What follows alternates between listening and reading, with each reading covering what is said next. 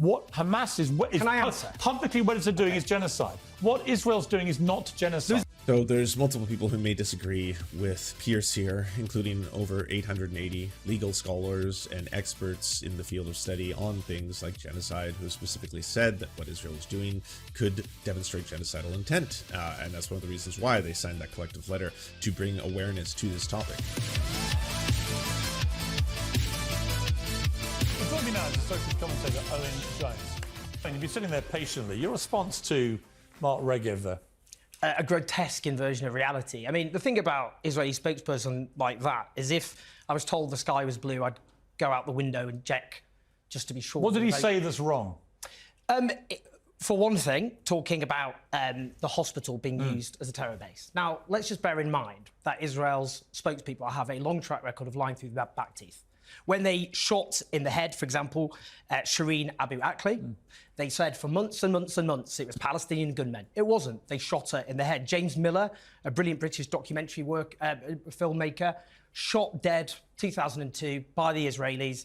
Years later, of course, after they denied it. You wouldn't believe Hamas and their version of events either, would you? Well, that's why I depend on what aid agencies the United Nations are saying on the ground, which is that collective punishment is being unleashed against the Palestinian people. I mean, look, we can see already the evidence they've been unveiling for what they said was a terror hub, including showing CDs and a computer. What they've done to that hospital is, firstly, because they cut off energy in a total siege, which they justified by saying they were fighting human animals, which should be considered genocidal rhetoric, has been condemned as such. Well, it should certainly be condemned, and they should not have the ability, Israel, to cut off water and power and fuel. That is collective punishment. Can we agree? Under Article 33, that's against the law. It's a war crime. Can we agree? I think we should have some consensus. I would argue you're heading towards collective punishment when you do that. You're heading towards collective punishment when you cut off energy and water to the entire civilian population. Except to play devil's advocate and to give their side of it, which I've heard repeatedly, take the issue of fuel. They want to try and get fuel in, the Israelis, as they've said, to the hospitals, to the humanitarian side of this. Okay, so I'm already liking this. It's good that Owen Jones has so much media experience and basically spends all day on British television shows dealing with Piers Morgan's, right? Because if you have media experience, you know exactly what you're heading into. And you know, I mean, having seen what happened to Jeremy Corbyn, for example, that man is not a debater, right? And if he's sitting there, Piers Morgan does what he always does. He has to have, you know, a sense of authority over another person, and then he wants his moral authority to be established, so that's where he comes in with the Hamas. Do you condemn Hamas? Is Hamas a terrorist organization? Why won't you answer that? Why won't you answer that? I've asked you 10 times now, will you condemn Hamas? He hasn't condemned Hamas. I think it's the simplest thing in the world to simply condemn Hamas, but he won't do it. And that's all that Piers had to do that whole time to make the entire interview kind of pointless, right? It's not furthering what can actually help working towards things like a ceasefire and an end of all military arms sales to Israel or anything even close. If you have someone on there who's just constantly stuck in this cycle with Piers Morgan, oh, do you condemn Hamas? I mean, I condemn Hamas. It's quite easy to do. I don't understand why you don't do it. Every guest that I've had, even people from the left, have condemned Hamas, but you won't.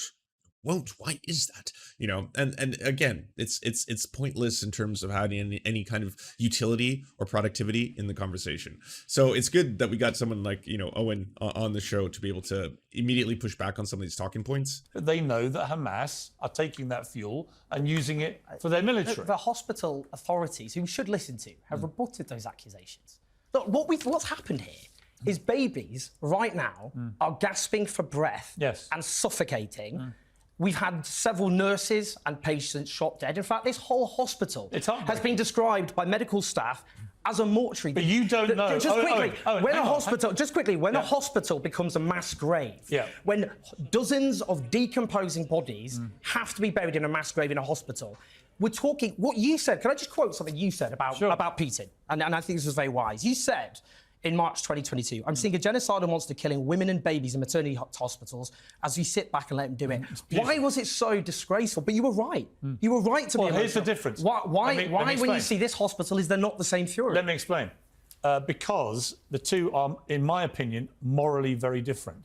In one case, Vladimir Putin's illegal invasion of Ukraine, he was committing war crimes, having illegally invaded wait a second, let me finish. Having invaded a sovereign democratic See, I can already tell. I would be frothing too. Just that, you know, just like going like, oh, oh, okay. Trap has been set. You know. country. Here, it was Israel that was invaded by a vast number of terrorists who murdered. Because history began on October 7th. That was the first day of history. It's pretty cool, especially if you're a Zoomer, that you've lived through the first moment of history. That's got to be neat, you know? Sometimes you hear us older folk, we're talking about like, yeah, I lived through 9/11. Yeah. Well, I mean, yeah, but that wasn't history. The history begins again, exactly on October 7th, 2023. Over 1,500 innocent men, women, children. They kidnapped 240 people, including babies, children, Holocaust survivors. So my point is, morally, there is a... So you see, he's doing it already, right? He always needs to have a position of authority and do the moral grandstanding. And that one is the go-to, the safe one. It's a safe space for Piers, right? He can just sit there and be like, well, I mean, come on, do you not condemn? Do you not condemn what happened? That was one of the worst attacks, you know, on Jewish people specifically since the Holocaust. Are you endorsing that? Are you saying that you side with Hamas? Massive difference. Hold on. Morally, it's a massive difference. Now, the question of the hospital, wait a sec. The question of the hospitals is this to me. They have so far produced some evidence of Hamas operating inside the hospital. For me, so far, as a journalist trying to be fair... We're going to get into that evidence, by the way, and the evidence that has been presented, honestly, at this point, is so deeply embarrassing that anyone with a rational mind who ever wants to say that, oh yes, I want to take a moral position here, I believe bad things are bad, well, if you justify, again, the collective starvation of a people, the collective cutting off of water, the collective cutting off of all fuel that is necessary to run a lot of the machinery within the hospital that maintains life, including babies. So that's what Israel did. They cut them off from everything. That's one of the reasons why so many people in the hospitals were suffering as immensely as they did. If you listen to the first-hand accounts of the doctors, including doctors volunteering with Doctors Without Borders, of what was happening, it was worse than hell. They were saying, I would choose hell on earth, or I would choose just flat out hell rather than what was going on in Al-Shifa Hospital. If you know all that, going into this, then you have to buy into very heavy propaganda to justify what is taking place. The propaganda that was proposed before they openly stated they were going to start doing this horrifying campaign was that, well, look at this 3D rendering video that we've got. As you can see, and we scroll down, you'll notice that there is a very sophisticated and intricate system that is directly underneath the hospital. There are bunkers, there are training centers, there's facilities. In fact, they're living quite lavishly under there, as you can see. And this is the complex system that is the justification for us to go after this hospital. People who work there, including people who volunteered there for over 13 years, said that is completely false. They have not seen Hamas operatives who have secret military bases that are stationed directly underneath the hospital filled with large supplies of weapons and stuff like that. The IDF then released that video where they said, this confirms it, if you can see in this grainy footage right here, someone is lifting a gun in one of the shots. That footage, when you then cross-examine it with the original Al Jazeera footage, which is less grainy, shows that in fact could have been a baton. Even if it was a single gun, that doesn't justify, again, that you can suddenly start bombing a hospital filled with dying civilians and babies and children. The civilians, at one point, by the way, this is after they had arrested all the journalists in that area and had been bombing it for days and days and days. The doctors were reporting that people trying to leave, including injured patients, were getting sniped, getting shot at. So after all of this happens, you would expect the justification to be immense, right? Incredible claims require incredible evidence. And what did we get? We got a photograph featuring perhaps 10 to 13 guns, which were all laid out. We said we were going to get a tour of the complex systems that were underneath the hospital. They showed you photographs of the MRI room. What happened immediately after that? Doctors came forward to state, I don't know if everyone was unaware of this, but you cannot have anything metal within the vicinity of an MRI machine. An MRI machine is a massive magnetic force that is perpetually, yes, perpetually online. They don't shut them off because you would have to recalibrate the entire system. They are always online. They have to be maintained in a situation like Al-Shifa by generators, but still, an MRI machine, if you were to load a whole bunch of weaponry around it, would all be crushed. It would all fucking smash directly into the machine. There are photographs of when this has happened by accident, and you can see what happens when an entire metallic hospital bed is just suddenly smashes into one of these machines, and they have to turn it off. Then the footage came out where they're like, all right, this is the unedited footage we're going to show you now of clearly proof that this was in fact a Hamas stronghold. We're now going to show you this completely unedited truth. The footage was edited. First off, you can see the jump cut that happens at the around the 6-minute mark of the footage, and also they show a laptop on there where they're like, well, this is evidence of, and what was on the laptop apparently was also debunked, so they took the video down. The IDF deleted the video, and then they re-uploaded an edited version. So the New York Times digital investigations team has gone through it and found a lot of the errors, a lot of the faults, a lot of the mistakes. But again, even if you were to turn your brain off completely, turn your brain off and then start looking at what happened, is that enough for you to justify the mass slaughter of children, the deaths of babies who were taken off incubators, the arrest and killing of journalists? Was that enough for you to suddenly say they had a right to do all the horrifying things that they've done because we have a picture of some guns and a box of prunes and a couple copies of the Quran? That to me is enough. That, like, to me, that proves that this was a justifiable attack and not a war crime. And it's not just Piers, it's the goddamn president of the United States who's repeating these claims. I'll get into the videos of Biden later, but it's honestly, it's disturbing that there is levels of cartoonish, embarrassing propaganda that on one end are being put out, so bad and so embarrassing that the IDF themselves deleted the video. They had to delete and then re-upload the video. They no longer said the unedited, truth or whatever in the next post, but that's enough. That's enough, because at the end of the day, officials like Joe Biden, for example, he's completely looking for these kind of things to be able to justify continuously supporting Israel in these endeavors and these war crimes. I mean, if you've got a country that is committing war crimes and you are a strong ally and a supporter of them militarily, that's enough, apparently. That's enough for you to go forward. And impartial. Okay. I don't think, as you've heard me say to Mark Regev, correct, I don't think I've seen enough evidence here which says to me this was a sprawling command centre. But there is a moral difference between what Putin's doing in Ukraine and what Israel's doing to defend itself against Hamas, isn't there? Hold on. Isn't there? No, absolutely. No, sorry, this is the difference, okay, if you want to talk about that.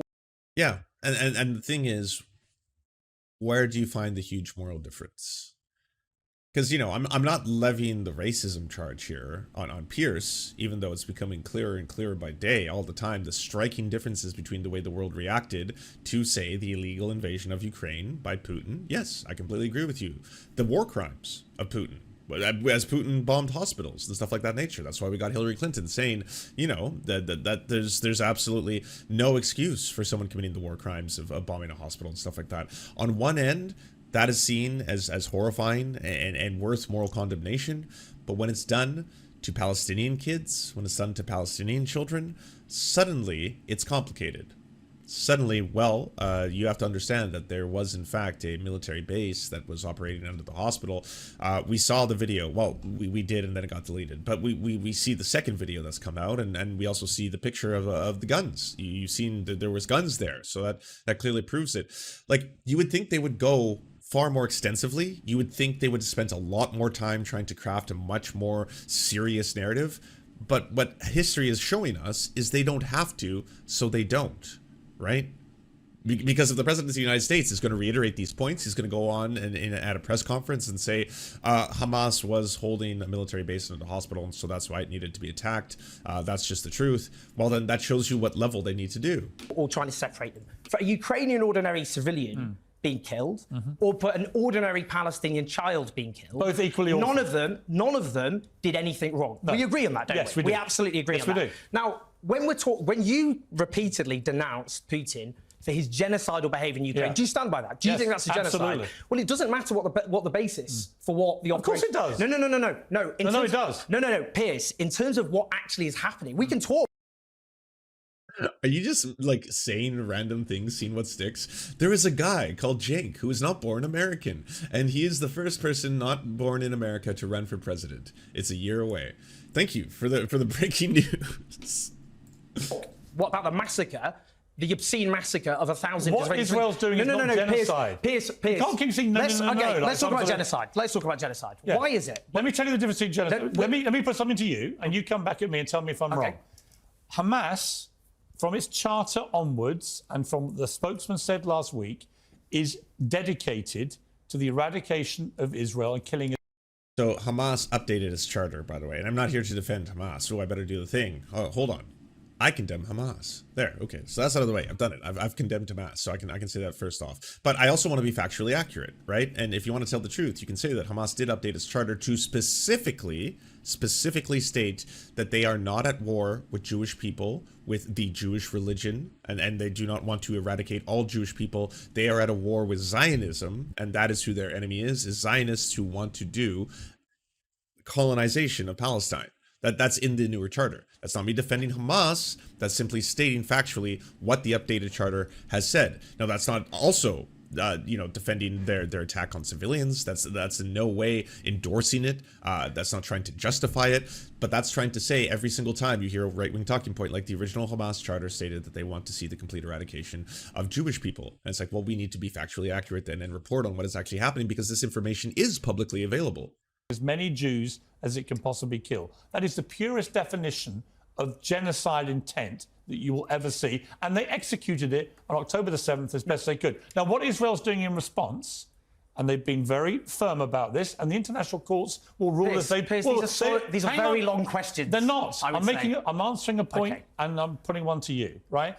In my estimation, they are qualitatively different. What Hamas is Can I answer? Publicly what it's doing is genocide. What Israel's doing is not genocide. There's a difference between what Israel, you could say both Israel and Hamas have engaged. So there's multiple people who may disagree with Piers here, including over 880 legal scholars and experts in the field of study on things like genocide, who specifically said that what Israel is doing could demonstrate genocidal intent. And that's one of the reasons why they signed that collective letter, to bring awareness to this topic.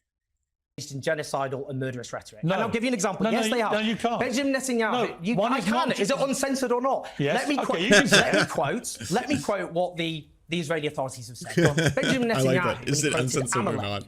The scriptures. What does Amalek say? He quotes Amalek when they attacked the Israelites.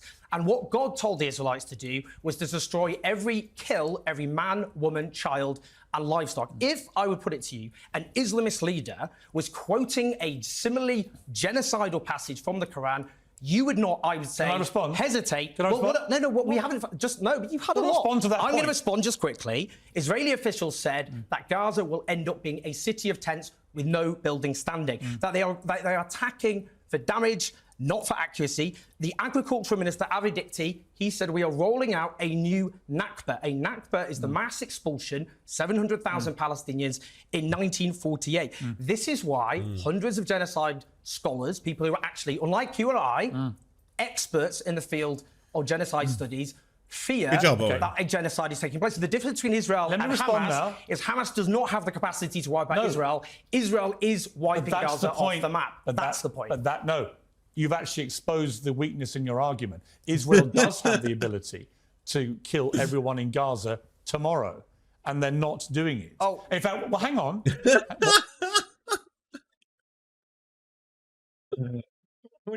Are you saying it's a genocide light? No, I'm saying it could have been much worse. Much worse. I know. So what exactly are the statistics right now? What are we looking at? Oh, 42% of homes damaged and destroyed. Yeah, that's quite a bit. Yeah, millions of people forcibly displaced. That's defined as ethnic cleansing. Yes, pretty bad. How many? Over 5,000 children. Yes, and thousands more presumed dead or missing under rubble. All very bad. Yes, collective punishment, of course, the mass starvation, the removal of water and food to a population of half children. I'm not saying it's not bad. It's bad. I'll agree. Bad. Bad. I'll say that's bad. But could be worse. Could always be worse. Just think of that.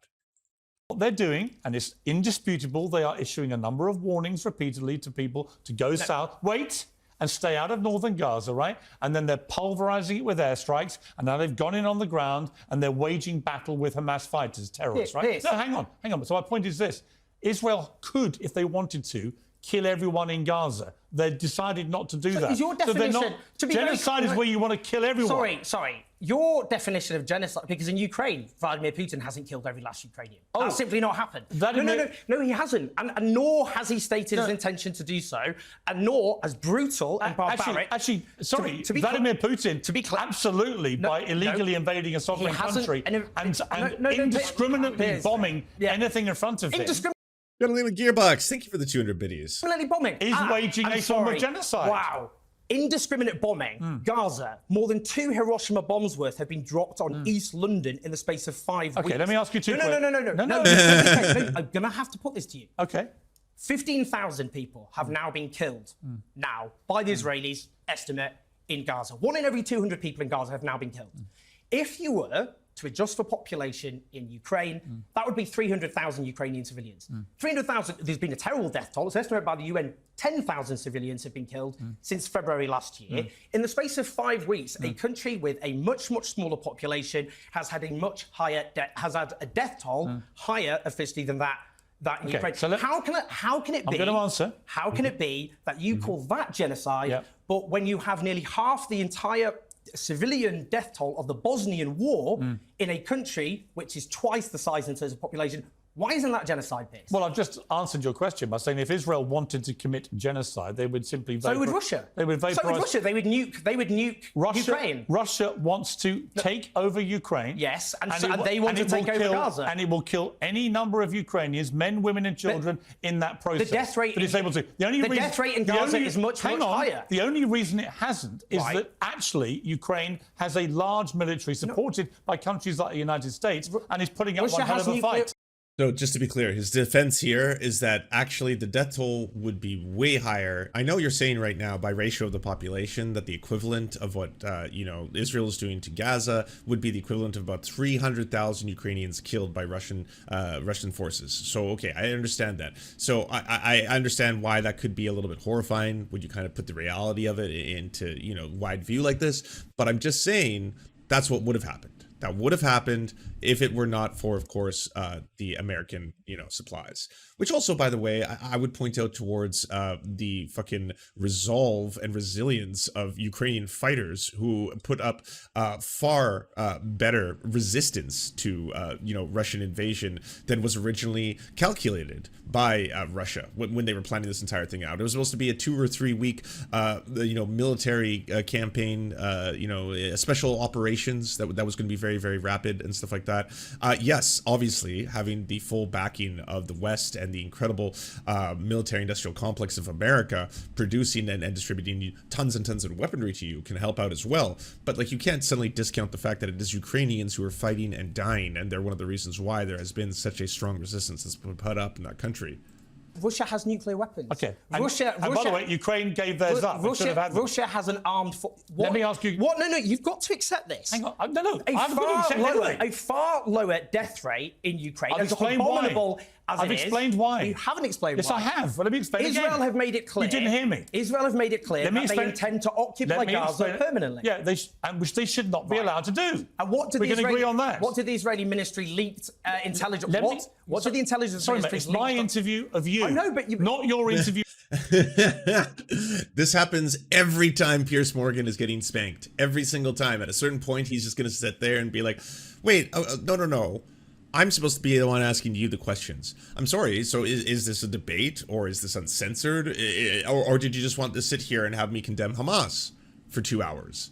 If you wanted that, just say that. You're like, oh, so I'm going to bring you on the show. It's going to be awesome. I'm going to sit there. You have to sit there, and I'm going to ask you the same question for about 2 hours straight. And then every single time, I want you to say that you condemn Hamas. And if you don't say you condemn Hamas, I win.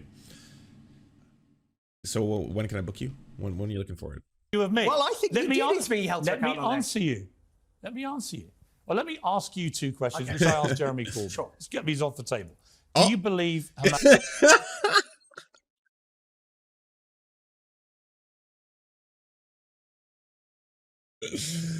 And we're back to the safe space. Piers needed himself a little safe space, Oh, but at the end of the day, that Owen Jones has been so mean to me. He was pointing out facts. He was pointing out that it's pretty pretty hypocritical of me, you know, to suddenly look at one conflict in the world and see it one way, and then have to compare that to another conflict, of which I actually support Israel in this case, and I think they may have gone a little too far, you know, a little naughty, but at the end of the day, why is he being so mean? Hamas is a terror group. Yes, if you engage in violence against civilian population, that's terrorism. Okay, wait, don't do supplementaries. Let me just ask you this. But you got what you wanted. Isn't that what you did the thing? You did the meme. You got the meme out. Good. And I'm glad he's answered the way you wanted, though, because obviously he could follow that up. And I think what he was going to say, I don't want to steel man Owen here because he's already doing pretty well in this. But I think he was going to add that if by definition, yes, we're going to deem someone who is attacking a civilian population a terrorist organization, then a much larger terrorist organization would be who, Piers? A much more powerful one. I asked him and she couldn't answer. Should Hamas remain in power? If I could wave a magic wand, then no, obviously there'd be an independent, let me finish. There'd be an independent Palestine, free of Israeli rule, with a secular democratic movement in power. The difference I agree with you. When you courageously stood against the Iraq war, and you were courageous for doing so, what was the argument put against you? That you wanted to keep Saddam Hussein in power even though he gassed his own people, the Kurds, and committed genocide, many would argue, that he had invaded his neighbour, and that he had massacred the Shia when they rose up in 1991. Now, your argument against that was that what could happen next would be far, far worse. And you were right. That wasn't my argument. Well, that is the argument. So did you want to keep Saddam Hussein in power? Don't tell me what my argument was. I know what it was. I was editor of the paper that waged the campaign. Did you want Saddam Hussein to remain in power? I did not believe that they had produced any evidence that Saddam Hussein had weapons of mass destruction. I thought he had nothing to do with 9/11. Therefore, we were waging a completely irrelevant war, which I thought would stir up absolute hell in the Middle East. And you know what? I was right. Yeah. And actually, most of the architects of that war now concede they were wrong. Yeah, they were. It was a horror story from start to finish. But what it did do is spark the rise. And what the fuck is happening right now, Piers? What is happening right now? Every single person who wants to pat themselves on the back and be like, oh, I was one of the only ones who realized that it was foolish for America to invade a sovereign nation, especially because it was going to deeply, troubly, and horrifyingly affect the civilian population. So I'm glad. I was on the right side of history there. And it's like, okay, so are you seeing what's happening right now? We are using as a precursor the justification for, again, the collective punishment of a civilian population of half children, the mass starvation, the mass dehydration, the removal of fuel and medical supplies to, again, the civilian population of have children. The precursor to all of this is to fight terrorism, to destroy and remove the terrorists. And that's what is being bought, by the way, by a lot of the West. That's the sales pitch. Well, at the same time, those very same people who are stating that are also claiming that they want to eradicate Gaza, that they want to occupy Gaza, that they want to return Gaza, under the control of the Israeli government. That to me, it should be enough, and it's well enough for a lot of, again, hundreds of legal scholars to point out that this actually has genocidal intent. And Piers Morgan on one end is like, well, in hindsight, I was very, very clever in pointing out this one thing, but I can't see the parallels here. Of ISIS. And what the world did with ISIS was say, this crosses a moral line, we have to get rid of them. And we went after ISIS in places like Iraq and Syria and other countries, and in bombing the hell out of ISIS, a lot of civilians got killed. You just skipped a lot of very important history. Wait a minute. No, that's not what happened. Well, that is what happened. No, that's not what happened. One of the consequences of the Iraq war was that ISIS became a very powerful, for a short period of time, global terror force committing atrocity. Can I just correct your version of history? But in wiping out ISIS pretty effectively, we also killed a lot of civilians. No, what actually happened? What's the moral difference between that and what Israel's doing in Gaza? You just revised history. We were told that Al-Qaeda was perhaps in league with Saddam Hussein. That was one of the justifications of invading. What actually happened after the invasion was that it became a playground for Al-Qaeda, who you've missed out, I've noticed. No. And what happened? We know about Al-Qaeda. I'm talking about ISIS. What happened, for example, in Fallujah, the city of Fallujah in Iraq, the Americans went in and they massacred people protesting against their rule, and many of those Sunni populations ended up driven into the arms of Al-Qaeda. A brutal counterinsurgency program then resulting in mass slaughter of innocent Sunni civilians, and from that fury and anger, something even worse than Al-Qaeda emerged. Just as ISIS. Yes. So you agree with that was I'm saying that's exactly what we're seeing today. I didn't give you the detail of the journey. No. Out of the Iraq You've misunderstood. War. You've misunderstood. Right. They engaged in a brutal counterinsurgency I know the story. offensive against Al-Qaeda, and that caused something worse. you not only know the story, you're trying to revise it.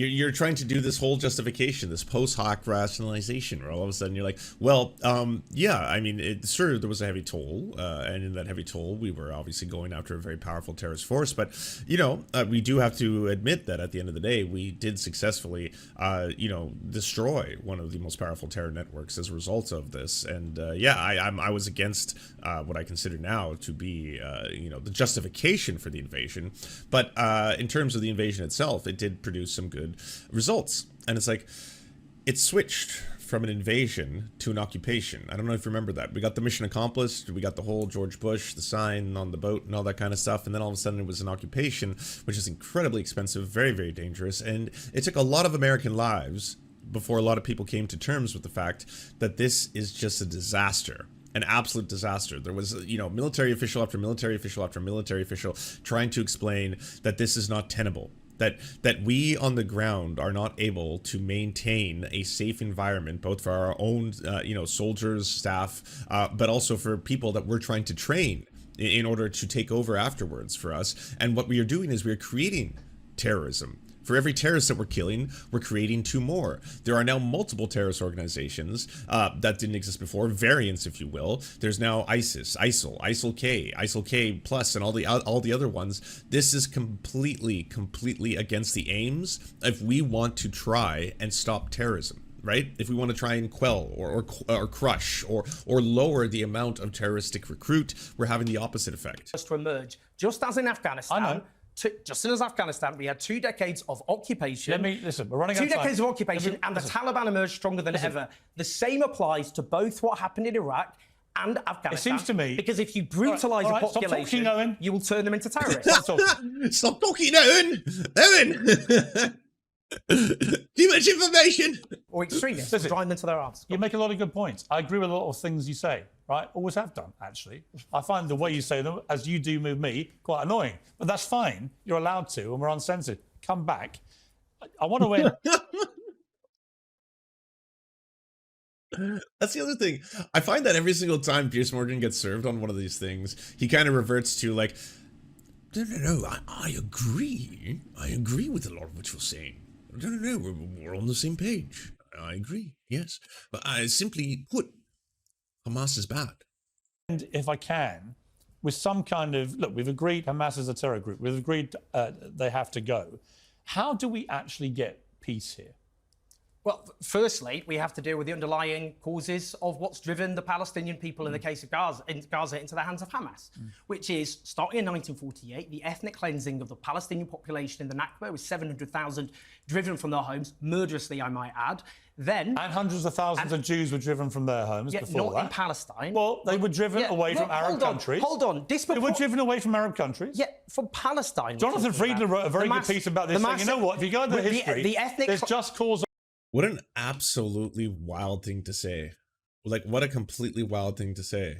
On both sides. The Palestinians were driven from their homes, 700,000 of them.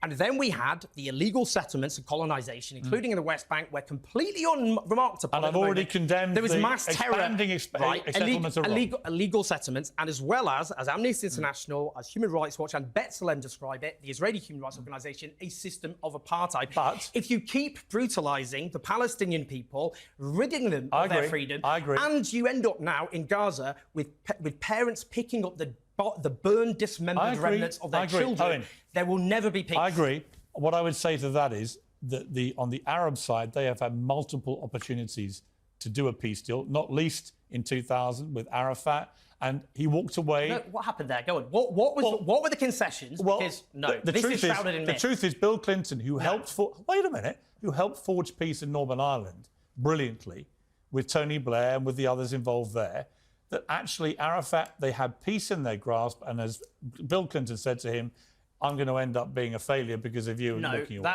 Well, and that revision of history again, not just from you on this program, but by Bill Clinton, because they demanded, for example, 9 land swaps for a ratio 9 to 1 in the favour of Israel. Come back again. I'd love to. No, seriously. Great job. Great job. This is the difference, I guess, having someone who does this every single day and has media training, by the way, because like, you can see what he has to deal with in terms of British media when he's sitting there and on the other end of them, they're like, oh, but Owen, don't you understand? Hamas is bad.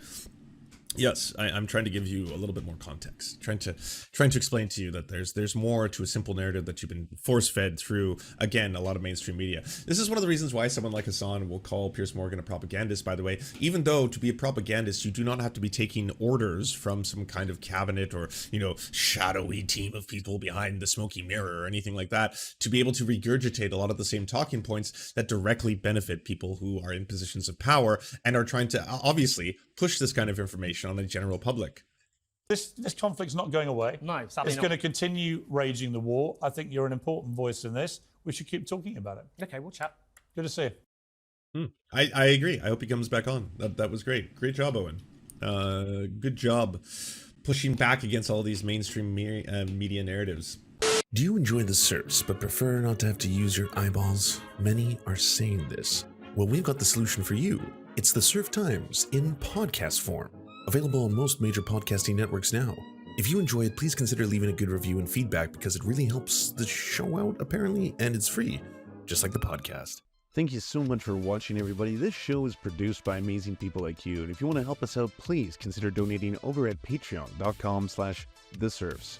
The show is made possible thanks to Amazing Fletch, Anna Loves Riley, Ariane McCarthy, Cheryl Alvarez, Doug Cady, Everything Important, Hagbard Celine, La Media Panza, Matthew Scarborough, Multimondi, Omni, Peanut Butter Blondie, Political Pappy, Quiet 185, Rachel K, Riley and Anna, Roller Dragon, Ruby K, Sir Nickus, Spinach Monster, Stellar Vision, Sebastian Demo, Tech Tink, Trevbot EXE, Words Greenwood, and not to mention all of the amazing and fabulous people you now see before you.